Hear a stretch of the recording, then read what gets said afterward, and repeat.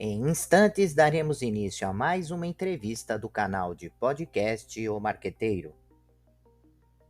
Você pode acompanhar também esta entrevista pelas principais plataformas de podcast. Seja bem-vindo, seja bem-vinda. Você está no canal de podcast O Marqueteiro. O tema é Contexto Histórico do Patrocínio Esportivo no Brasil. Para tratar deste assunto, o nosso convidado é Nicolas Cavaleiro, que é gerente de patrocínio na Estrela Bet, com mais de 25 anos de experiência nas áreas de marketing esportivo e publicidade, coordenador de curso e docente em nível de graduação, especialização e mestrado nas áreas de publicidade, gestão, marketing e marketing esportivo. Atuou em assessorias de marketing esportivo nas agências de publicidade e departamentos de marketing no Brasil e exterior. Nicolas Cavaleiro, obrigado pela sua presença em nosso canal de podcast O Marqueteiro. É uma honra poder conversar com você sobre um tema tão importante que é patrocínio esportivo no Brasil e procurando estabelecer um contexto histórico disso. Bom, Zeroni, é um grande prazer, uma grande honra estar participando do teu podcast, né? E justamente num tema que eu acho que é muito importante, porque historicamente o Brasil sim teve grandes cases de patrocínio e marketing esportivo. Nós nos acostumamos a sempre dizer que o que acontece lá fora, nos Estados Unidos e na Europa, são os cases a serem seguidos e nós temos que nos espelhar neles. E é uma verdade, sem dúvida, porque nós estamos falando em mercados muito mais madurecidos, com grande maturidade se comparado ao Brasil. No entanto, nós temos que ter claro que o Brasil, pontualmente, ele teve excelentes cases de marketing e de patrocínio esportivo com resultados extremamente significativos. Então, eu acredito que essa comparação entre o Brasil, Estados Unidos e Europa, ela deve ser feita sim, principalmente nos anos para cá, onde o mercado ele pôde se desenvolver muito mais nessas duas praças. No entanto, se nós começarmos a recuperar realmente o que era o patrocínio e o marketing esportivo no Brasil, nós vamos ver que nós temos grandes cases. Então, eu vou começar, por favor, Zerano, por favor. Não, eu ia perguntar se o primeiro grande case, o ponto de partida, se foi com Leônidas da Silva, com o chocolate Diamante Negro, né? Quando ele era um fenômeno de jogador de futebol, um jogador belíssimo, com jogadas brilhantes, e a Lacta se apropriou dessa imagem, né? Para startar o chocolate e colocou o nome de Diamante Negro, que nem foi tão reconhecido assim por ele, porque ele imaginou ser uma grande honra de colocar o nome, e me parece que nem teve um rendimento tão grande assim, em termos financeiros, para o Leônidas da Silva. Para a Lacta nós sabemos, né? Porque até hoje o Diamante Negro está aí. Foi o primeiro grande case de marketing esportivo, de patrocínio esportivo, ou antes disso nós já tínhamos alguma coisa, Nicolas? Excelente. Esse realmente ele marcou uma história, né? Na verdade, a gente pode até falar que esse foi o primeiro case de licenciamento esportivo, né? Porque ele colocou o seu nome, emprestou seu nome para uma quantia na época de R$1.000, vamos colocar assim, e na moeda era R$1.000, né? Mas se nós voltarmos um pouquinho nos anos 30, por exemplo, Zenoni, nós temos a cerveja Caracu, por exemplo, patrocinando uma corrida de automobilismo do Barão de Tefé, por exemplo, nos anos 30, por exemplo. Em 33, é o grande, talvez um dos primeiros naming rights da história do esporte mundial. Foi justamente quando o Palestra Itália, hoje, Sociedade Esportiva Palmeiras, compra um terreno que pertencia à cerveja Antártica e ali vira o Parque Antártica. Isso, na verdade, se a gente for parar para pensar, é um naming rights, por mais que a gente possa pensar que não houve, o nome ficou, e é um naming rights com relação à cerveja Antártica, né? Nós tivemos também um caso que foi muito emblemático, em 1937, que o dono da fábrica Bangu, né, o doutor Silveirinha, que todo mundo comentava, ele assume a presidência do Bangu e insere a sua marca dentro da equipe do Bangu. Né? Então, quer dizer, já estamos falando praticamente enquanto a gente fala, não, mas as marcas começaram a partir dos anos 80, que depois a gente vai chegar lá. Não, mas já em 37 as marcas já puderam ser colocadas nisso. E aí veio depois o cardeal Manuel Raimundo Paes de Almeida, ele cria a primeira torcida organizada do Brasil com o Grêmio São Paulino, ou seja, uma torcida organizada em 1939. Depois a gente se lembra muito do Banco do Brasil, nas Olimpíadas de Barcelona, em 92. Não, isso a gente está falando em 39, né? 1966, eu estou trazendo alguns dados históricos para nós já chegarmos ao atual. Durante a Copa de 66 na Inglaterra, a Rádio Bandeirantes instala na Praça da Sé, aqui em São Paulo, um painel com pontos luminosos para ver onde a bola estava. Né? E ali juntou uma multidão na Praça da Sé. Isso nada mais é, Zenoni, que a primeira fanfest do mundo, se a gente for parar para pensar. É uma fanfest, ou seja, estava transmitindo jogos justamente, né, da seleção brasileira dentro disso. Em 1975, tem um grande marco no patrocínio esportivo brasileiro, que o Fluminense disputa no Maracanã o triangular com o Olympique de Marseille e o Bayern de Munique. E naquele campeonato, em 1975, o triangular, ele coloca a marca Mobral, né? A marca Mobral, incentivando a alfabetização no Brasil. Foi a primeira vez que um time de futebol coloca, mas a gente está falando de 1975. Em 76, se nós formos para pensar, pouca gente sabe, o Brasil tem uma equipe de Fórmula 1, na principal categoria do mundo, a Fórmula 1 de automobilismo, que é a Copersucar, né, com o bicampeão, até então bicampeão mundial, Emerson Fittipaldi. Quer dizer, o Brasil teve uma equipe de Fórmula 1, né, fazendo a sua própria gestão e correndo o círculo da Fórmula 1. Em 1981, que a Confederação Brasileira de Voleibol, ela derruba o veto da Confederação Nacional de Desportos, que proibia, né, a inserção de marcas nas equipes, abre aspas, profissionais no futebol e amadoras do esporte. Consequentemente, naquele momento ali, o Antônio Carlos Braguinha, que pouca gente sabe quem foi, que foi um grande mecenas na área do esporte, e a gente sempre diz que o Ayrton Senna sempre dedicou os seus principais títulos ao Braguinha, que ajudou demais, né, o Ayrton Senna no início da sua carreira. O Braguinha, ele era um grande empresário e ele tinha aquele Banco Atlântica Boa Vista e a Pirelli, foram as duas equipes que surgiram praticamente, a gente está falando, né, em duas equipes de voleibol, né, com name rights de empresas. Isso a gente está falando de 1981. Em 1982, ainda indo contra essa proibição, o Internacional de Porto Alegre vai jogar um quadrangular na cidade de Montevidéu, no Uruguai. E ali, como não era proibido, era proibido no Brasil a inserção das camisas, das marcas nas camisetas. No exterior, as equipes brasileiras que podiam jogar lá fora, elas podiam colocar a sua marca. E o Internacional estampou a marca da Pepsi, né, jogando esse quadrangular. E aí depois, vem nesse mesmo ano, que todo mundo diz, e realmente tem que ser dado ao crédito, o Democrata de Sete Lagoas, né, é o primeiro clube dentro do Brasil que coloca a sua marca, a marca de uma empresa esportiva que se chama Equipe, dentro da sua camisa e marca ali o início do patrocínio oficial, né, no Brasil, no que diz respeito às camisas de futebol.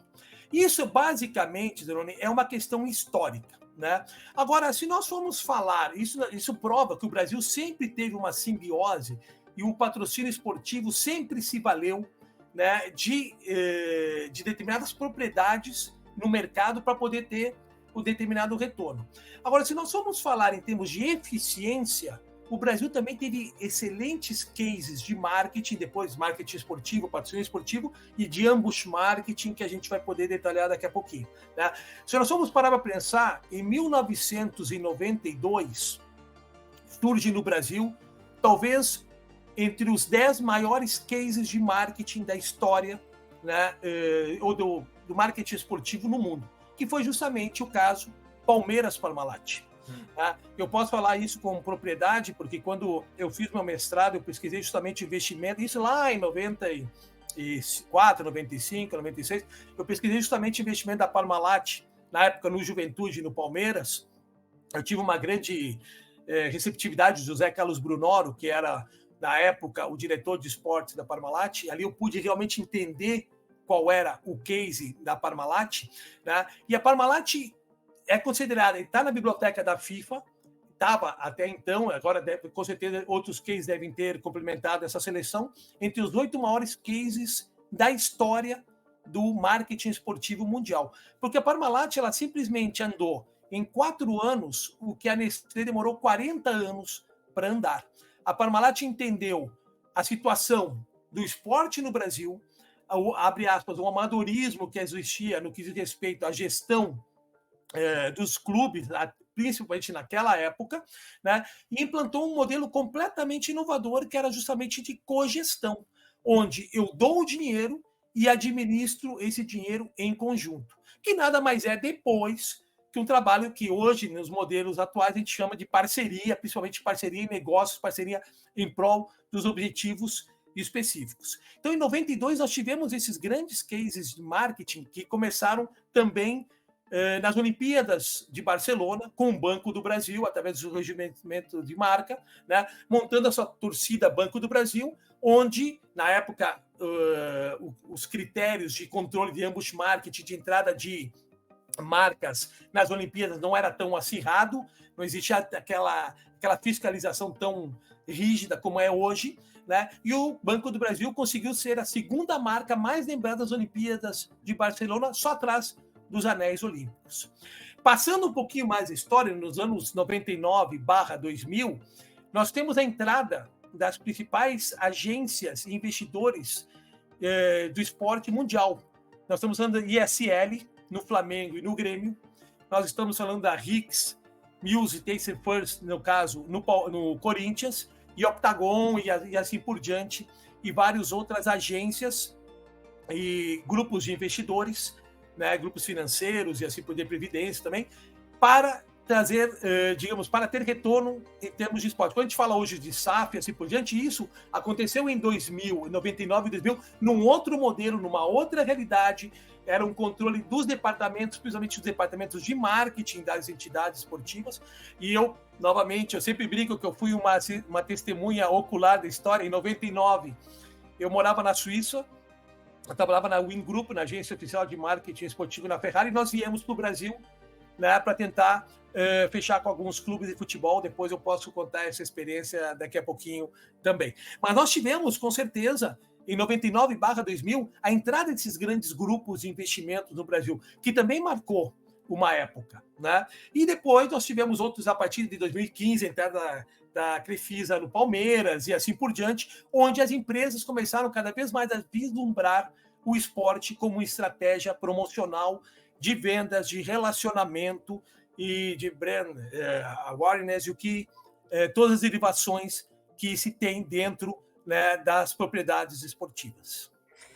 Mas, Nicolas, você você fez esse contexto histórico e coisas interessantes, mas se passaram, desde que você começou a falar do princípio de coisas lá da década de 50, de 60, de 30, nós estamos falando de 60 anos, 70 anos, né, de acontecimentos em relação a marketing esportivo, e enxergamos situações pontuais e ciclos muito curtos, né? Se a gente pegar o ciclo do Palmeiras, é um ciclo bem sucedido, mas curto, né? Mesmo porque a Parmalat se assustou com os riscos do patrocínio. Falta de planejamento, falta de cultura, falta de parceria por parte dos clubes, né?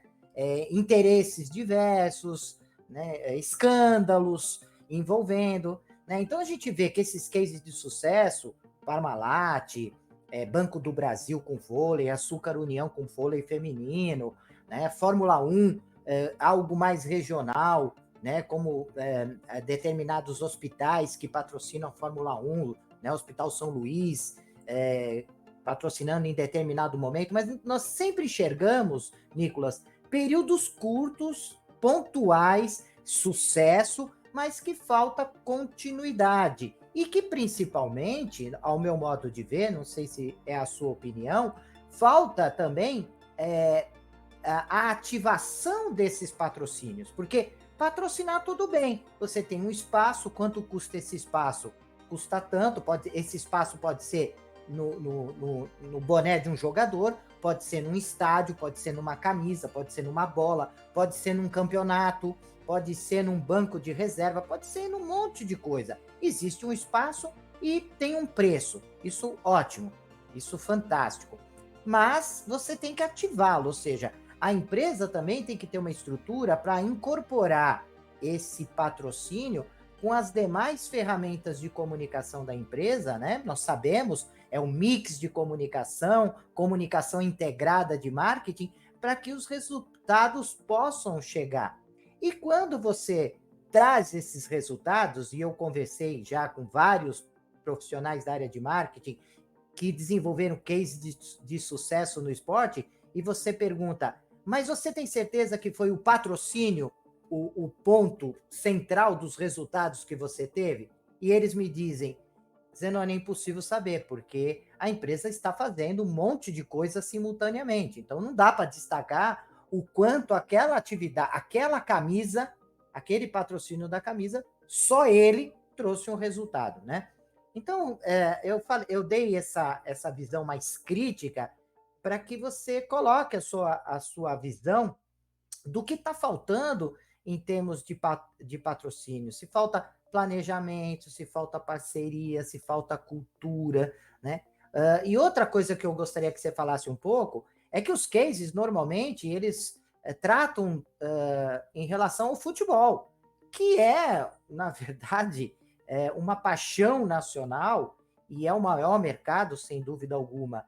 Mas quando a gente fala de patrocínio em relação aos demais esportes, esse pontual que eu falei anteriormente se torna mais pontual ainda. É o Banco do Brasil no vôlei, ponto. Agora, tenta lembrar um case legal em relação a hóquei sobre patins, ou sobre natação, ou sobre corrida de rua, que é fantástico no Brasil, né? Corrida de rua é fantástico. Nós temos uma São Silvestre que é uma Copa do Mundo, é uma Copa do Brasil, né? Em termos de inserção no mercado. Então, eu queria que você falasse um pouco dessa minha visão crítica sobre o assunto. Sensacional. Tu abordaste vários assuntos e eu vou recorrendo, vou dissecando eles. Por favor, me relembre caso passe algum. Claro, claro. Quando eu falei que eu tinha trabalhado, eu sempre brinco, Zenoni, que eu cheguei muito cedo na indústria de esporte.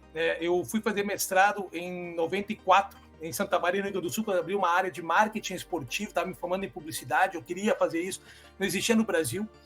E, na verdade, o mercado estava recém muito incipiente, tinha alguns estudiosos, poucos livros, não sei se com o Paulo de Melo Neto, eram muitos pontuais, assim por diante. O que aconteceu? Enfim, fui trabalhar na área do futsal, em Passo Fundo, taranã.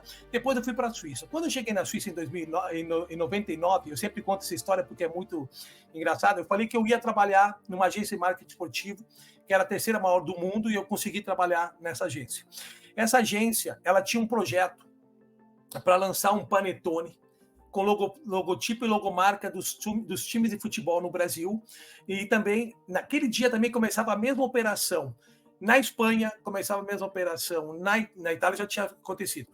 Em Portugal, na Inglaterra, na Alemanha, na Holanda, na França e assim por diante. E essa empresa dividiu cada Project Personal Manager tal para uma... E eu fiquei com o Brasil, óbvio, porque eu falava português, eu estava vindo do Brasil. Os meus colegas, eles demoraram, era um projeto de licenciamento, era com mínimo garantido e era um panetone de 100 gramas com a logomarca e logotipo dos times de futebol. Eles demoraram uma semana para ter todas as cartas de aceite dos clubes da Europa inteira. Eu demorei 27 dias para conseguir as mesmas cartas no Brasil.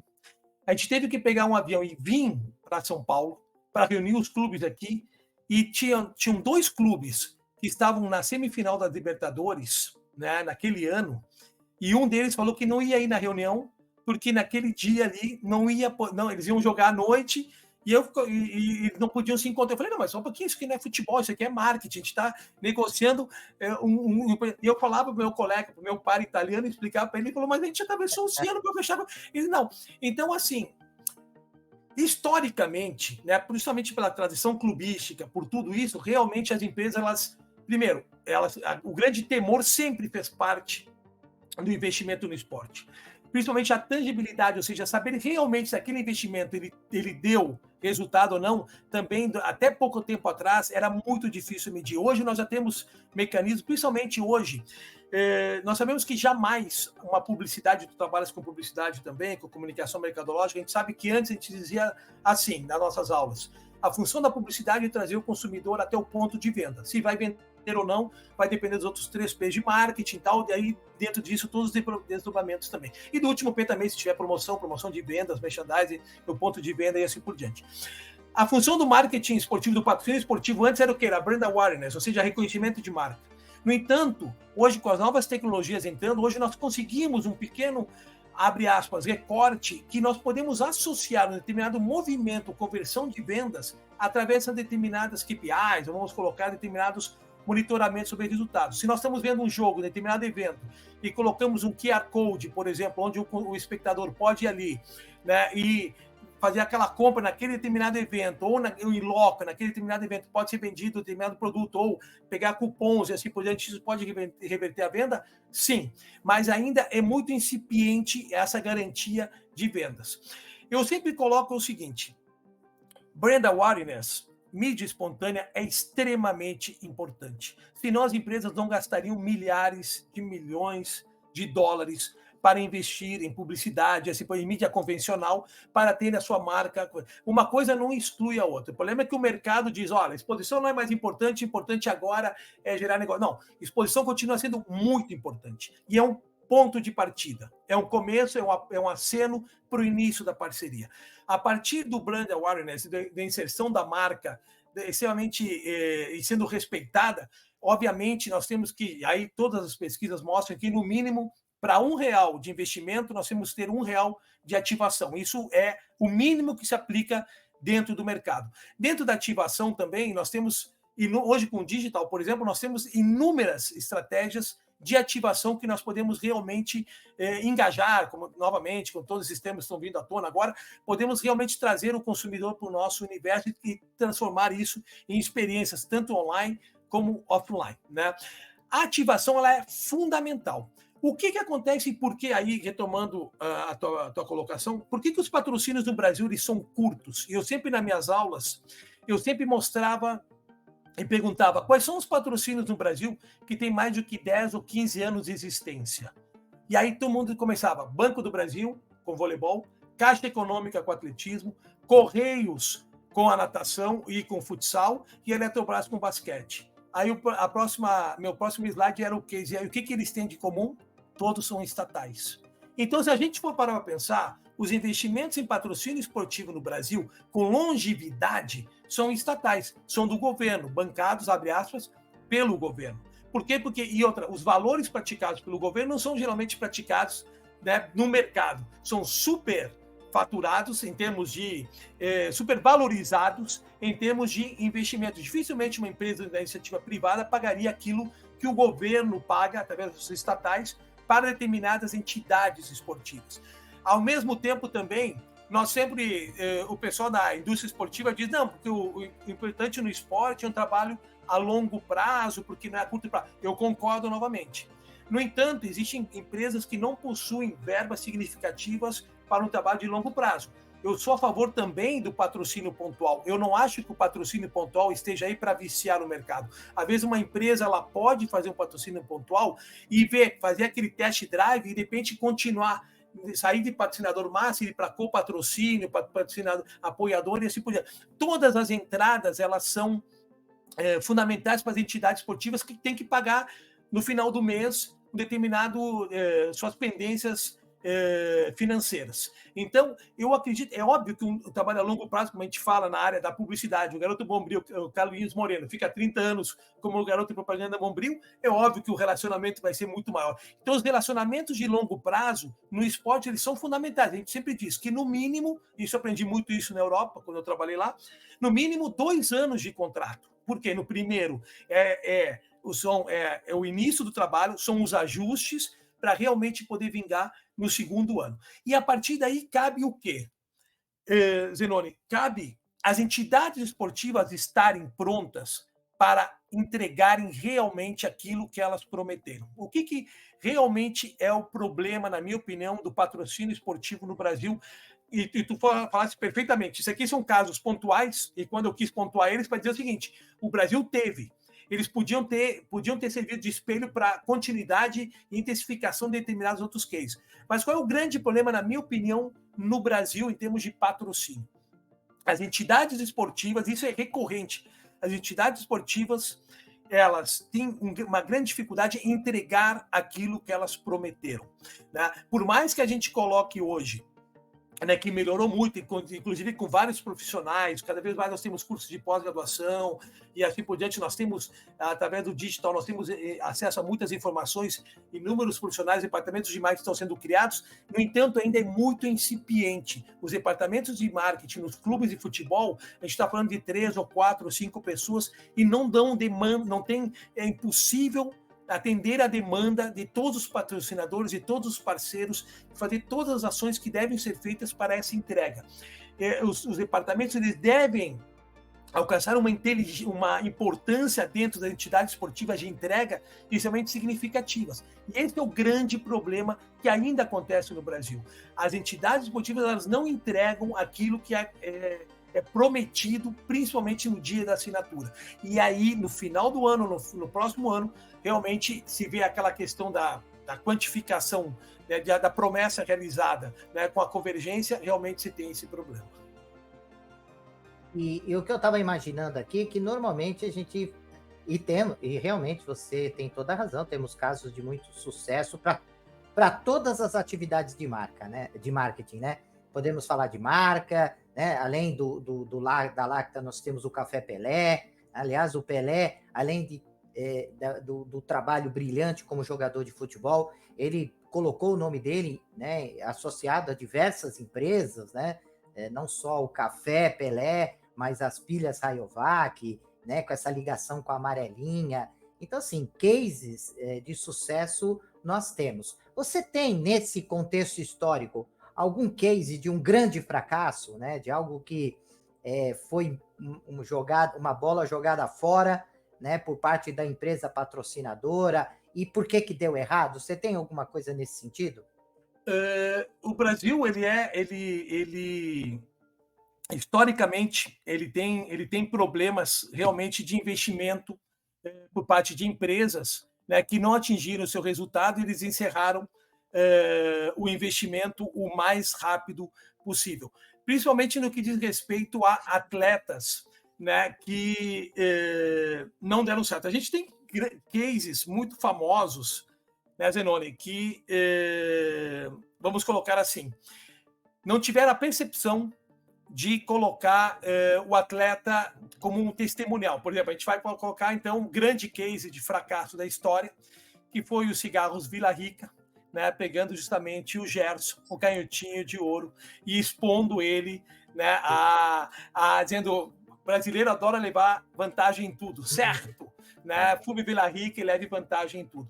Esse ficou enigmático, né? Ao mesmo tempo, também, a gente estava falando do grande sucesso da Parmalat, né? Mas a gente tem aquele caso do Tonhão, onde ele teve um grande conflito com a Portuguesa, logo após um confronto do Palmeiras com a Portuguesa, né? E o vice-presidente de marketing da Portuguesa, o presidente da Associação Paulista de Padarias, e falou no determinado empresas, padarias de São Paulo, parem de comprar leite Parmalat. E durante 2 semanas, né, nenhum leite Parmalat foi comprado pelas padarias de São Paulo. O Tonhão teve que vir a público e dizer, né, que foi um grande erro e assim por diante. Porque a gente está falando de um produto totalmente inconstante, totalmente com variáveis totalmente incontroláveis. A gente tem um grande case, né, no ano 2000, nas Olimpíadas de Sydney, onde uma determinada empresa, né, patrocinou 4 atletas do atletismo, e esses 4 atletas brasileiros caíram por antidoping, né? Ou seja, a gente tem esse grande problema também, né? E não só no Brasil, se a gente for falar para pensar, né? O goleiro Bruno, era garoto propaganda, né, da Olímpicos, né? Na Gávea tinha um outdoor, né, um frontlight, onde era o Bruno fazendo uma ponte aérea, digamos, segurando a bola, e ele era garoto propaganda, né, um endorsement da Olímpicos, né? Então, rapidamente se retirou essa campanha. Como a gente está falando que é um produto inconstante, né, a gente tem que ter bem claro, né, essas variáveis. Né? Nicolas, eu queria que você colocasse as considerações finais, uma mensagem e, sobretudo, né, falasse do seu trabalho. Eu sei que você está escrevendo um livro sobre esse contexto histórico, né, do patrocínio esportivo, do marketing esportivo. Então, gostaria que você conversasse com os nossos ouvintes, se for possível, colocar o seu contato, rede social, forma dos nossos ouvintes, que são empresários, alunos, estudantes, pesquisadores, que eles possam entrar em contato com você para tirar dúvida, para buscar conhecimento, porque percebemos que tem bastante para passar para a gente. Bom, antes de mais nada, eu queria muito agradecer, né, o convite, é uma honra, né? Já acompanho o teu trabalho há muito tempo, né? E dizer que eu fico muito feliz, né, que a área de patrocínio esportivo, de marketing esportivo, ela esteja despertando interesse de grande parte dos estudantes que estão se formando, tanto em educação física, como em publicidade, como em administração, como em jornalismo, como em direito e outras áreas afins. Eu acredito que inclusive design gráfico, para trabalhar todas as questões. Eu fico muito feliz que essa área ela esteja sendo desenvolvida cada vez mais no Brasil, uma grande área, é uma área que pode ter um grande desenvolvimento e precisa de cada vez mais de muitos profissionais. Eu estou finalizando o livro, eu estava brincando, né, com o Zenoni ontem, a gente conversou. Eu estou escrevendo um livro sobre gestão estratégica do patrocínio esportivo, ele já tem 370 páginas, está na hora de dar o ponto final e encerrar, né, contando justamente toda a história, né, fazendo uma linha do tempo, desde no mundo como no Brasil, tanto em termos de patrocínio esportivo, como em termos de ambos marketing também, que acho que não deu tempo a gente conversar, que no Brasil também existem grandes cases de ambos marketing, de marketing emboscada, né? E eu espero poder contribuir, né, com a área acadêmica. Eu sempre brinco, né, que eu agradeço aos práticos que me chamam de teórico, né, porque enfim, eu estou meio que zerando o jogo na área da academia, estou finalizando o pós-doutorado em marketing esportivo e assim por diante, e eu agradeço os teóricos que me chamam de prático, porque eu voltei para o mercado de trabalho, eu sempre quis ter essa simbiose entre o mercado e a academia, que eu acho que ela é fundamental.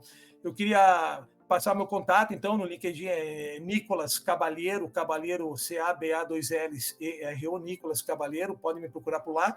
Se não, meu e-mail é nicolascabalheirolois@gmail.com. Vai ser um prazer conversar sobre essa área, que é uma área tão fantástica, com grandes profissionais. E para finalizar, né, eu queria dizer que, está falando com o Zenoni, eu acredito nas referências, eu acredito nas leituras, eu acredito no aprofundamento. Hoje eu estou trabalhando como gerente de patrocínio na Estilabet, e eu sempre brinco com a equipe que eu faço parte, que eu me preparei 25 anos para estar no lugar onde eu estou. Ou seja, e eu continuo também estudando a cada dia, sem parar, porque eu acredito que a gente não pode parar e, principalmente, a cada dia temos novidades e nós não podemos perder o bonde da história. É isso. Olha, que mensagem gostosa de ouvir, né? Que mensagem que estimula a gente a continuar trabalhando, pesquisando, né? Você também é uma grande referência nesse mercado. Eu queria te agradecer muito pelo espaço, né? De dedicar um tempo que estaria já descansando, jantando, né? Em companhia com a sua família, para poder falar com os nossos ouvintes e apostar e acreditar nesse canal marqueteiro que tem como proposta justamente disseminar o conhecimento, tornar público o conhecimento, né, em qualquer lugar do país e fora, porque esse podcast hoje já atinge 7 países, né? E com mais de 10 mil pessoas ouvindo o nosso podcast em diversas plataformas. Então, eu fico muito feliz de pessoas como você e como outros amigos que estamos formando, né, nesse arcabouço de conhecimento, né? Estamos tendo a possibilidade de conhecer muitas pessoas e formando um grupo de conhecimento, de pesquisa, que é tão importante para o Brasil.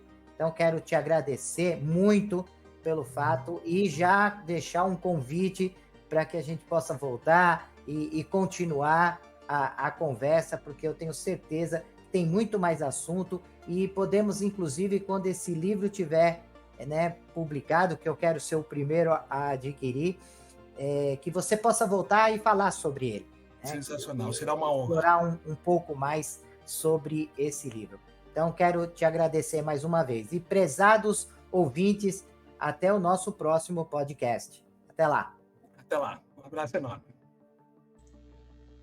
O podcast O Marqueteiro é um canal de entrevistas e reflexões sobre conceitos, estratégias e práticas do marketing moderno. De forma descontraída e objetiva, o canal traz conceitos do marketing moderno através de especialistas conceituados que trazem as visões práticas e teóricas. O canal foi criado para auxiliar gestores, pesquisadores e estudantes no aprendizado de estratégias e técnicas de marketing aplicadas ao mercado competitivo. Deixe seus comentários, sugestões e opiniões e aproveite e se inscreva no canal.